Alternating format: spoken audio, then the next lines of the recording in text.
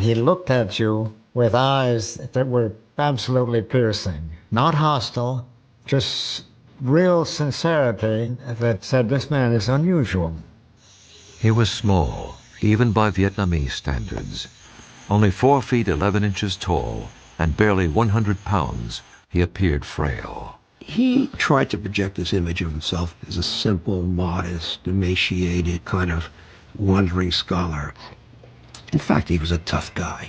Perhaps no leader in history has resisted the guns of the enemy as stubbornly or as long as this little man. He's a very shrewd politician and a very good actor. He had an unshakable will that helped liberate a country and humble a superpower.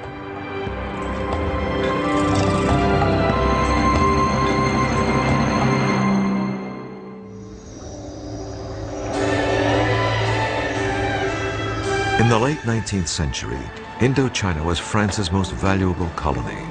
The French made huge amounts of money with rubber and rice exports, especially from the territory now known as Vietnam. Unfortunately, the native people received little or no benefit of this wealth.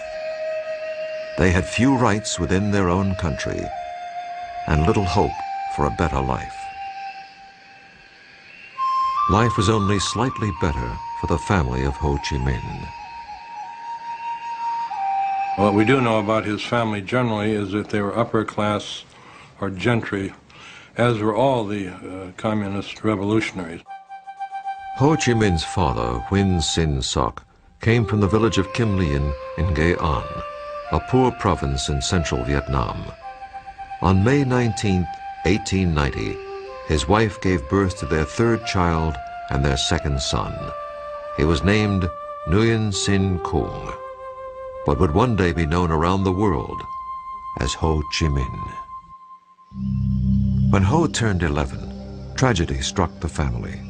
While his father was away, his mother died shortly after giving birth to a third son. You can imagine the effect this had. I mean, being faced with the fact that his father is away and his mother had died, and he was responsible for this, basically an infant.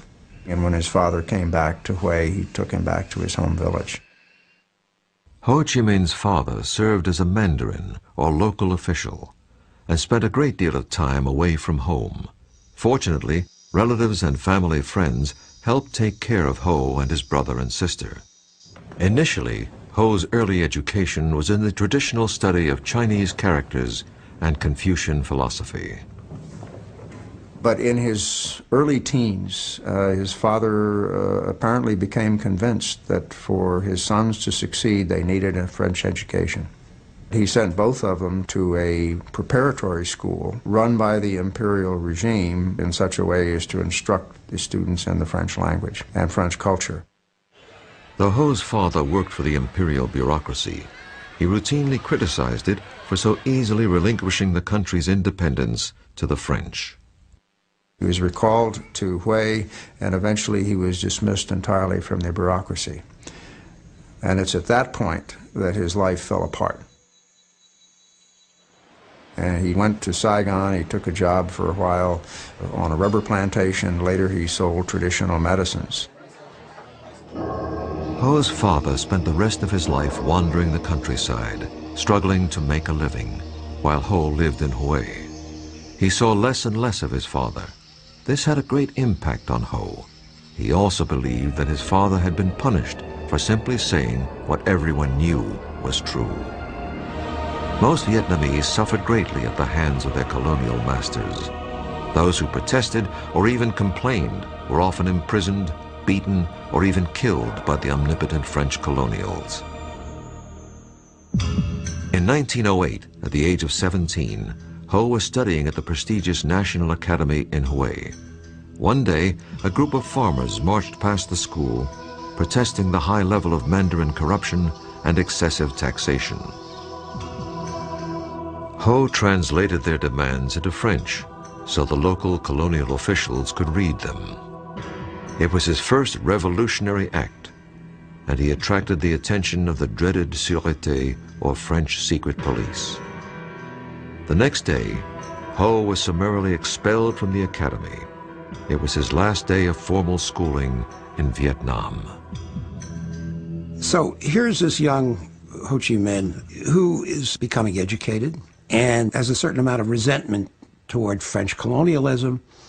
But at the same time, he knows enough about France to be captivated by the great French ideals of liberty, equality, fraternity, and he wants to see how those ideals are really practiced in France. They're not practiced in Vietnam, where you have a rather repressive French colonial system.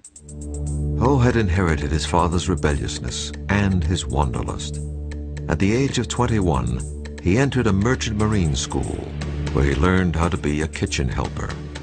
This new skill enabled him to leave Vietnam and go abroad. I think he left for two reasons. One is maybe quest for education, that he would be able to get better education in France, provided he could afford it.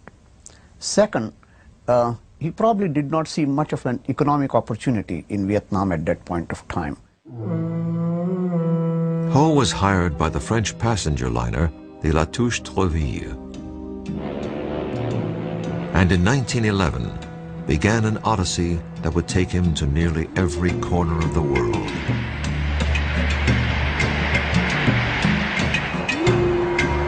Over the next few years, he saw the terrible impact of colonialism on many other countries.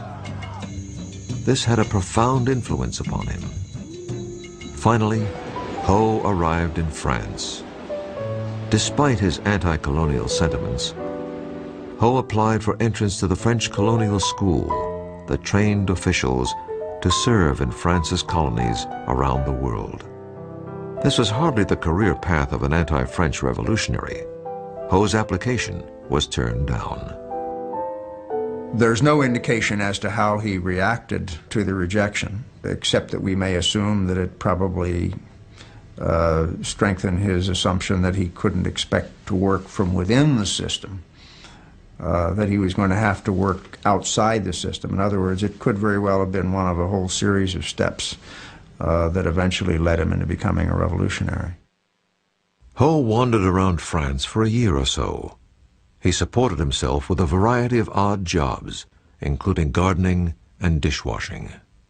He went back out to sea between 1911 and 1917, traveling to Africa, South America, and even the United States. On one trip, he reportedly jumped ship in Boston and made his way down to New York City. I mean, here he is seeing, as it would be to any kid from this faraway place, the skyscrapers, the highways, taking the subway up to the Bronx, taking the ferry to Hoboken. He was absolutely dazzled by the Statue of Liberty and everything it represented.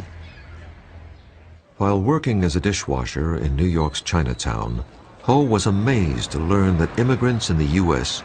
were entitled to legal rights that the Vietnamese weren't allowed to have under the French in their own country. He said, I was with the lowest labor types in New York. There were blacks, there were Chinese, and they weren't quite as well treated as the Anglo-Saxons. But he said, you know, they could all vote. And this impressed him tremendously. Shortly before the start of World War I, Ho left America and sailed to England. He found work in the kitchen of the famous Carlton Hotel under the legendary French chef Escoffier.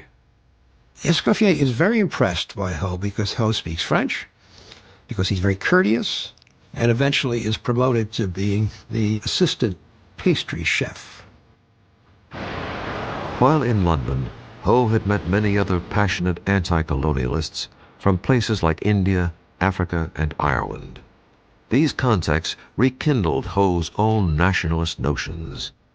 He rededicated himself to liberating his homeland. In 1917, he decided to forego a promising career as a pastry chef and moved to Paris. He would learn how to become a revolutionary.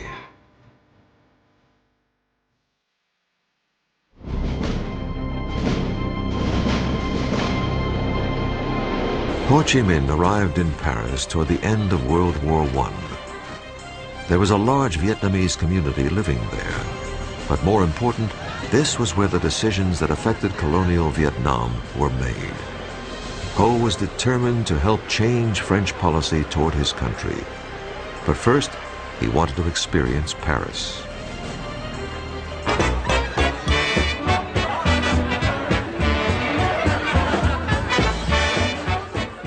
He wandered around the town and would go to art galleries, take in lectures, improving his French.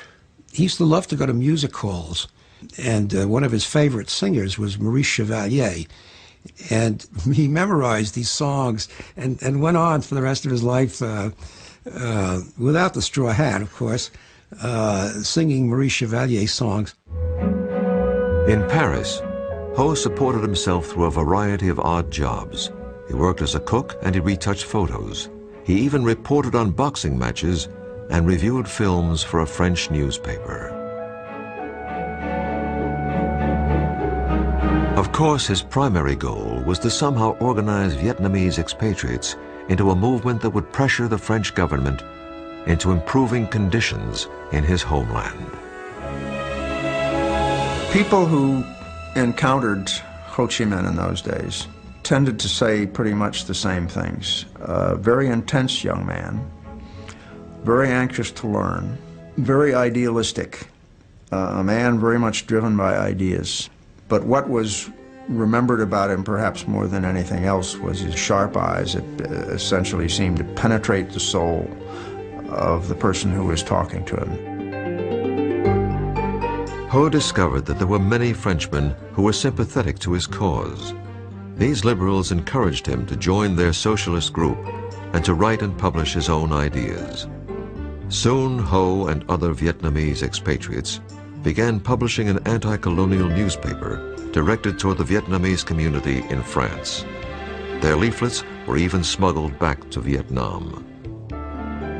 All of his writings really are on that theme. What a rotten deal colonials are getting all over the French Empire, which indeed they were.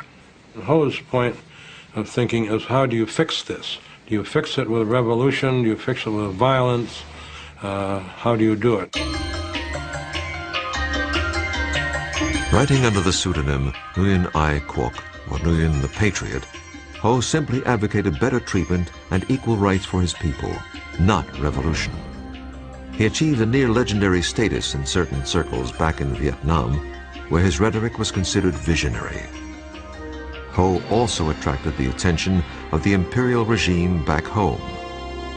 They accused him of inciting treason and condemned him to death if he ever returned to Vietnam. In 1919, U.S. President Woodrow Wilson traveled to the Versailles Peace Conference to present his famous 14-point plan for world peace. Ho and his associates discovered that one of Wilson's key points was that all nations deserve the right to self-determination.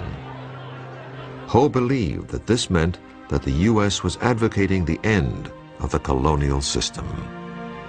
And Ho Chi Minh, thinking that this might apply to Vietnam, got himself all dressed up in a cutaway coat and striped pants and a top hat, and he went out to Versailles carrying with him a document that he had written, which was a kind of inventory of various cases of French repression in Vietnam. And his idea was to give this to Wilson so that the United States would then exert pressure on France. Well, he got very rudely rebuffed when he tried to go in to see Wilson or even deliver this. Ho had believed that President Wilson would be sympathetic to Vietnam's plight. He was greatly disappointed that he was unable to present his case. This forced him to look elsewhere for help. A socialist showed Ho a paper that had been written by Vladimir Lenin. In it, the Soviet leader wrote that one of the keys to the spread of communism was the liberation of all colonies. The Russians wanted to end colonialism not because they loved the people who were under colonial rule, but for their own selfish interests. They wanted to weaken the Western powers. But regardless of what their motivation was, they were the only power at the time to advocate it and to actively want to offer help. And it's at that point, as he basically points out, that he determined to become a follower of Lenin, not because he had any understanding of Marxist ideology, but because he loved the strategy that Lenin had set forth as a means of liberating the colonial peoples. In 1920, Ho became one of the founding members of the French Communist Party. He was 30 years old. He had become a great propagandist while living in Paris, but he wanted to learn how to turn rhetoric into revolutionary action. He believed there was really only one place to learn this craft: Moscow. In 1923, Ho received an invitation to join the Comintern, the organization set up by the Soviets to export Marxism and Leninism around the world. He jumped at the opportunity. He disappeared from Paris, leaving his friends wondering what had happened to him. I think what drew Ho to Moscow, first and foremost, was nationalism, the desire to find help to liberate his country and his people. Ho became an important member of the Comintern. He now took his orders from Moscow. I always felt that Ho Chi Minh had very little time for Marxism as a philosophy, as a way of interpreting history. He had great admiration for Leninism and the techniques and the methods to be used. The rest of the world may have abhorred Lenin's tactics, but Ho was devoted to them. He believed that he had found the blueprint for liberating his homeland.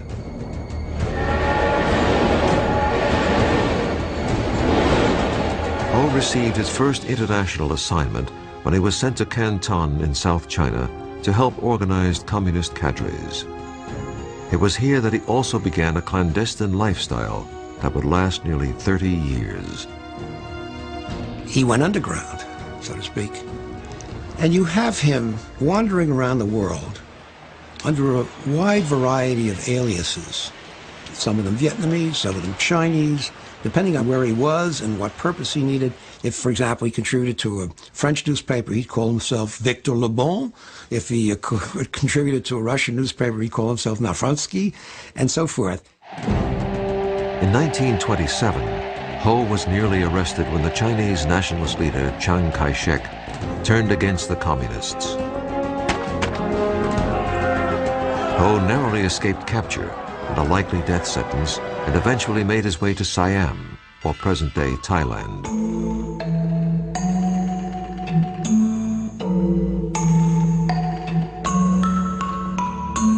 He avoided detection by agents of the Sûreté, or French secret police, via a clever ruse.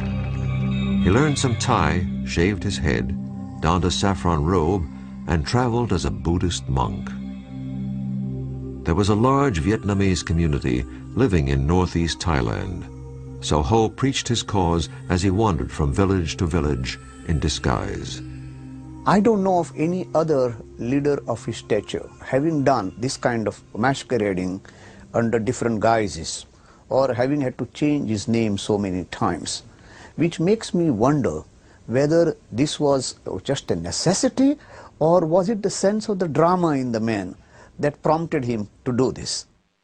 For most of the 1930s, Ho's whereabouts were not known. He had even been reported dead.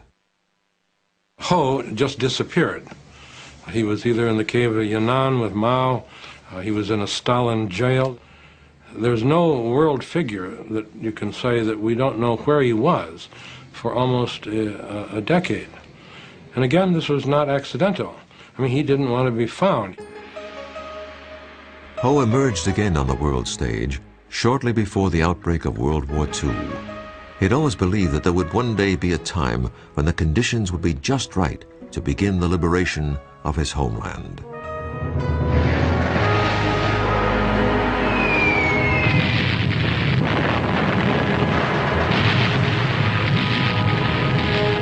When France fell to Germany in the early months of World War II, and the pro-German Vichy government took over the colonial rule of Vietnam, Ho believed that the moment had arrived.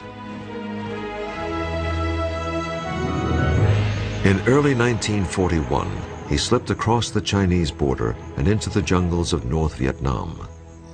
Incredibly, this was the first time Ho had set foot in his homeland in over 30 years. He was armed only with his ideas, but he was determined to lead a revolution, to liberate his country, or to die trying.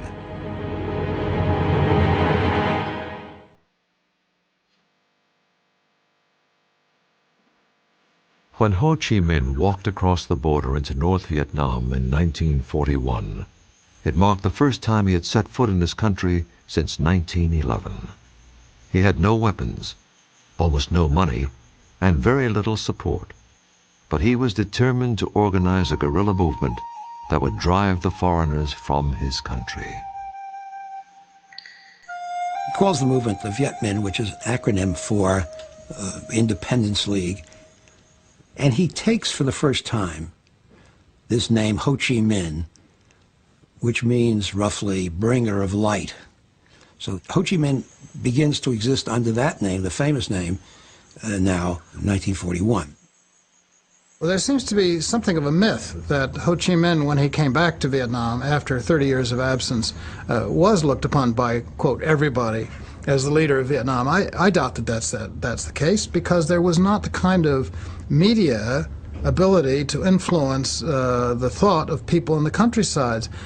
At that time, 90, maybe 95% of the people in Vietnam lived in small villages and cultivated rice.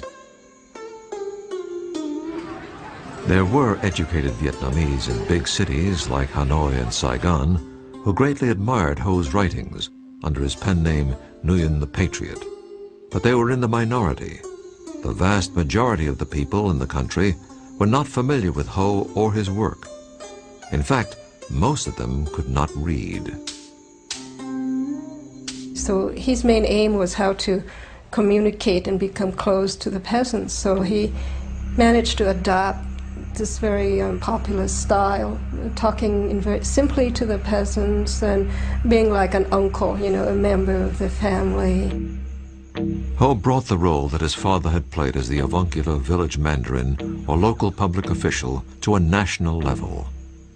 Though some critics believe that this persona was nothing short of a calculated act, it was effective and the movement gained momentum. I think Ho Chi Minh's goal determined his behavior. In order to reach the masses, he had to be looking and acting and living like a peasant, to be in communion with the needs of the peasants. Ho and his followers also promoted the notion that he was a lifelong celibate who didn't have time for romance or a family because he was so devoted to his cause. This was a myth. It's fairly clear now that he had several relationships. Whether they were formal marriages or not is difficult to substantiate because there are no certificates that we can point to. It's quite well established that he had either a Chinese wife or a Chinese concubine when he was in Hong Kong. No one knows at this.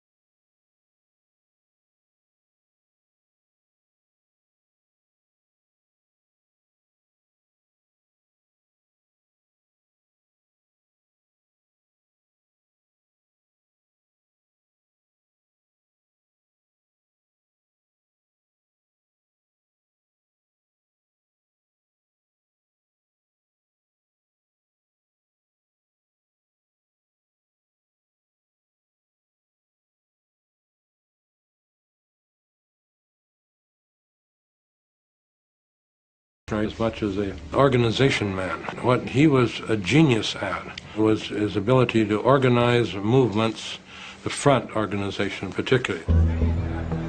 A popular front is simply a group of groups united in a single purpose.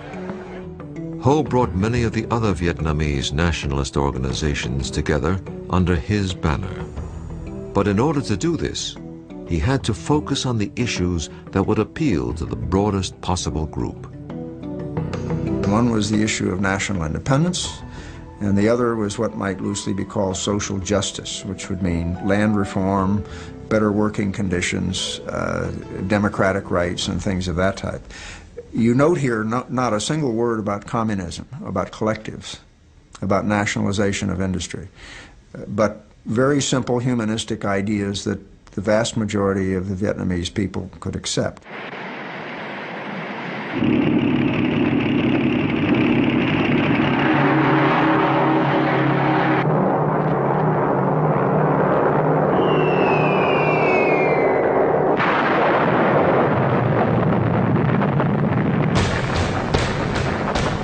On December 7, 1941, Japan bombed the U.S. fleet at Pearl Harbor, Hawaii, and then launched an all-out attack against the British and Dutch colonies of Southeast Asia. Within weeks, Hong Kong, Malaya, Singapore, and Indonesia had all fallen to the Japanese Empire. The Japanese called off their attack on French Indochina when the local pro-Nazi Vichy colonial administration agreed to collaborate with Japan, Germany's Axis partner. Ho could very well have said, okay, I will side with the Japanese because they're like Asians. But he came to the conclusion, very wisely, the Japanese are no better than the French. They're both aliens. Neither one of them is going to do us any good. Ho Chi Minh traveled to South China. Since the Chinese were also fighting Japan, he believed that he could get some military aid from the nationalist Chinese. To his surprise, he was arrested by the local authorities because he was a communist. Ho was thrown into prison. He kept a journal, writing mostly in the Chinese of his youth, in hopes of converting his captors to his point of view. In one poem he wrote, "My heart travels 1,000 miles toward my native land. Innocent, I have now endured a whole year in prison. Using my tears for ink, I turn my thoughts into verse." Ho's health deteriorated as the months passed. He had to find a way out of prison, or he would never live long enough to liberate Vietnam.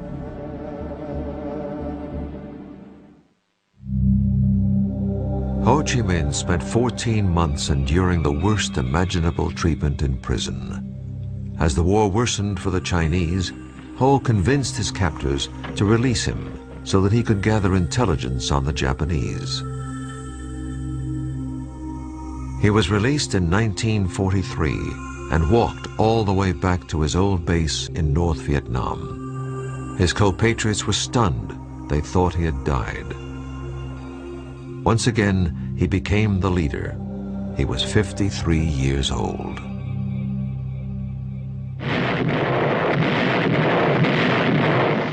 After the U.S. entered the war against Japan, Ho believed that getting American help was essential to Vietnam's future independence. When an American pilot was shot down in North Vietnam, he was brought all the way back to his base in China by Ho. And you got to try to imagine this guy. He's wearing sandals and shorts. He's got this wispy beard, and he looks like, you know, he weighs about 85 pounds, and he looks like he'd be blown over with a feather. Ho offered his services to the commanding officer, General Claire Chennault of the legendary Flying Tigers. Chennault declined the offer, but the Office of Strategic Service, or OSS, America's wartime intelligence service, was interested. They believed that Ho could help them rescue downed pilots, and more important, furnish intelligence information on the Japanese. Ho was accompanied back to his base by an OSS officer, giving credence to his claim that the U.S. was his ally. When the OSS began supplying radios, weapons, and training, it helped establish Ho's Viet Minh as the preeminent Vietnamese nationalist organization. But once again, Ho's life was in jeopardy. Ho took to his bed and really seemed very sick, so we sent in a paramedic. And indeed, His report, as best I can remember, was saying this cadaverous old bag of bones is why he's living, I don't know. But he opened his kit and fed him every antibiotic he had, and Ho recovered. Ho greatly appreciated the Americans, and he impressed all of them. He not only spoke and wrote in English, but he seemed to understand their culture too. He had also acquired a very American habit. He liked to smoke American cigarettes, Philip Morris in particular. But he always carried in his front pocket Vietnamese packets of Vietnamese cigarettes, and then those are the ones that he will offer to the guests. In August of 1945, 2 atomic bombs brought the war to a rapid conclusion. When Japan surrendered, there was really no one in control of Vietnam. Ho moved quickly into the gap. With General Vo Nguyen Giap leading his guerrilla forces, they took control of the north. That must have been an electrifying experience for the masses, and they must have felt that this was the moment. On September 2nd, 1945, nearly 500,000 people attended a huge rally in Hanoi. Ho gave an independence speech that began with the words, "We hold these truths to be self-evident, that all men are created equal, that they are endowed by their Creator with certain inalienable rights, and that among these are life, liberty, and the pursuit of happiness." He quoted directly from Declaration of Independence, and maybe what he was doing was flattering United States so that they could be on his side. He was disarming his opponents by saying that he was not going for Marxist revolution, he was only going for plain, simple independence for his country. He'd admit to being a communist. He said, you know, my purpose is to free up Indochina. I'm not doing anything different than you did in 1776. You managed to deal with it pretty well, and that's all I'm trying to do now. Do you have any problem with that? Ho had no illusions about the tenuous nature of Vietnamese independence.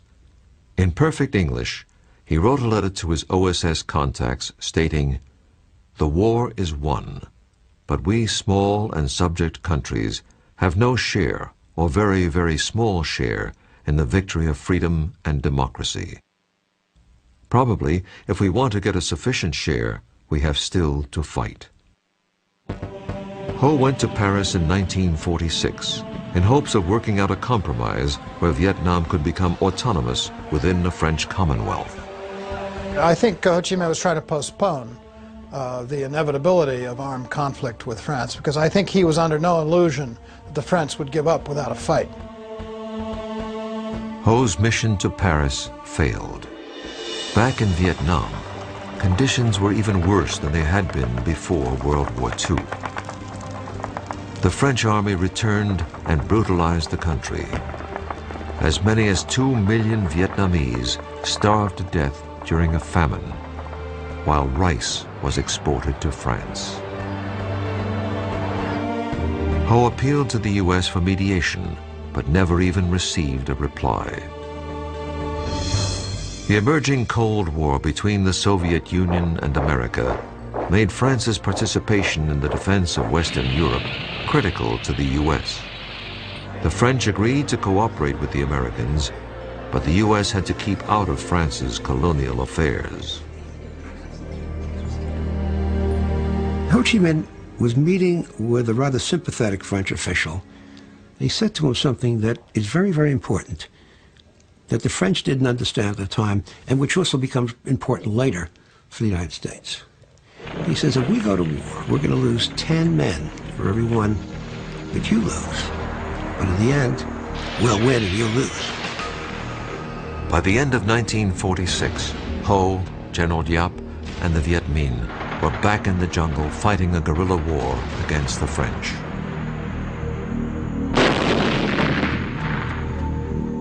Initially, it seemed unlikely that the Viet Minh would have any hope in defeating the French.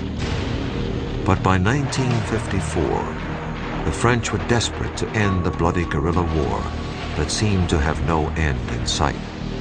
The French decided to spring a trap for the Viet Minh at a place called Dien Bien Phu. They believed that the ensuing battle would end the Indochina War. It did end the war, but in a way they could never have imagined.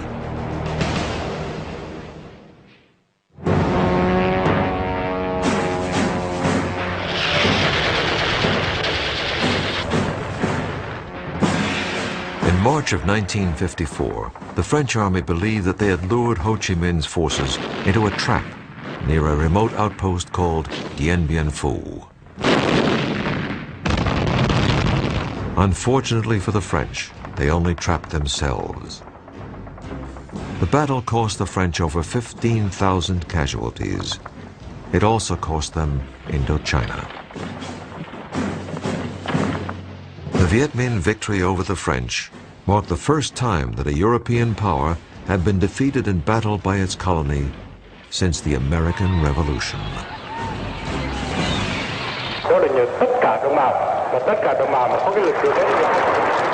Ho's leadership and tenacity contributed greatly to the victory, as did the aid of a powerful new ally, the Red Chinese. Ho tried to play down the Chinese Communist support. He feared that this alliance would drag Vietnam into the Cold War. And this would mean, therefore, that Vietnamese independence would not be a local question between Viet Minh and the French, but would be now an international question between the two superpowers. Despite the victory at Dien Bien Phu, Vietnam's fate would ultimately be decided at a peace conference in Geneva. Both the Soviet Union and Red China urged Ho to accept the terms of the Geneva Peace Agreement, which divided the country in half at the 17th parallel. It took all of Ho's political skill to get his colleagues to accept the compromise. After 1954, Ho and the Communists concentrated on building a socialist state in the North. They implemented a land reform program modeled after the one created by Mao in China.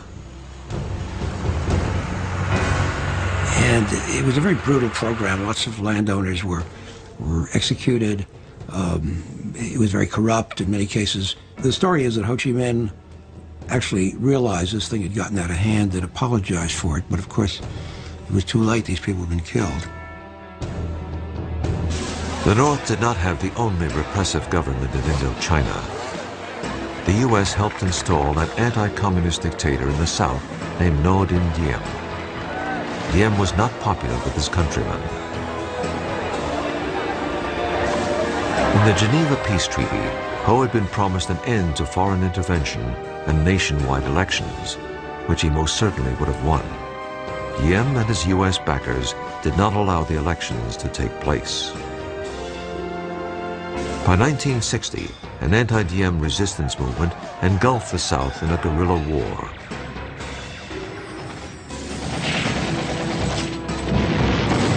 The more the North supported the guerrillas, or Viet Cong, the more the U.S. intervened to counter the spread of communism.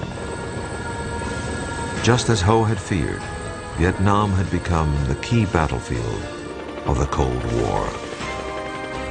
We had this idiotic idea that communism was a monolith, that all communists were the same, and Ho was part of that monolith. But there's a lot of evidence that he wasn't. If only we had come to the point where we'd say, okay, he's a communist, but he's our communist, you know? By 1966, the Vietnam War was in full swing. By now, Ho was 76 years old and probably not involved in the day-to-day conduct of the war. But he was still the prime source of inspiration to the Vietnamese people to fight on, no matter the cost. Ho Chi Minh died on September 2nd, 1969, at the age of 79. Though it would be almost 6 more years before the final Vietnamese victory, most of Ho's countrymen believed that he was the one most responsible for the liberation and unification of Vietnam. Today, Ho Chi Minh's legacy is as controversial and complex as the man himself. There is On the one hand, the image of Ho Chi Minh as the patriot, the leader of his country's struggle for national liberation, the man of simple tastes, a man who is almost more Confucian than he is a Marxist or a Leninist. The other image of Ho Chi Minh is as an international communist agent, the head of a repressive regime which carried out policies deeply repugnant to many Vietnamese. I think you got to deal with the dual character of this man. At the same time that you have this image of the kindly, wispy, emaciated, frail Ho Chi Minh, you got to remember underneath that is a really tough figure, absolutely dedicated, absolutely relentless. The ends were always more important than the means to Ho Chi Minh. But some critics believe that the communist economic and political system that he left behind was too high a price for independence and unification. Ho Chi Minh said in 1945, they would like to have Vietnam independence, freedom, and happiness. And from the three slogans, what is left right now? Independence, yes, but what does it mean without having freedom and happiness? There's no doubt that the communists under Ho often brutally eliminated their political opponents. But Ho's role in this is not clear.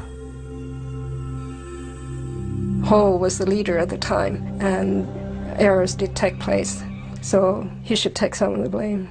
I think he was a very driven man, a man driven by the cause that he believed in. As a young man, Ho dreamed of changing the lives of the Vietnamese people, but he probably never dreamed how much he would also change the United States. Ho Chi Minh hands the United States the first defeat in its history, in the longest war of its history. And in that respect, he should teach us a lesson, which is you don't get involved in wars in these places when you're up against enemies that are intensely, passionately nationalistic and are prepared to make these limitless sacrifices to win. Recent estimates of Vietnamese casualties since 1946 are placed at over 3,500,000 dead. This staggering number is a reflection of the steely determination of Ho Chi Minh and the Vietnamese people. Ho Chi Minh's enduring legacy in terms of his image and the way he is seen around the world, I think probably he's remembered perhaps more than anything else as the leader of probably the most successful movement for national liberation that we've seen in our century. Ho Chi Minh accomplished an incredible feat in helping to free his country and unite it despite the opposition of France and the United States. This achievement required the efforts of a man who was part Lenin, part Gandhi, part Confucius, and all Vietnamese.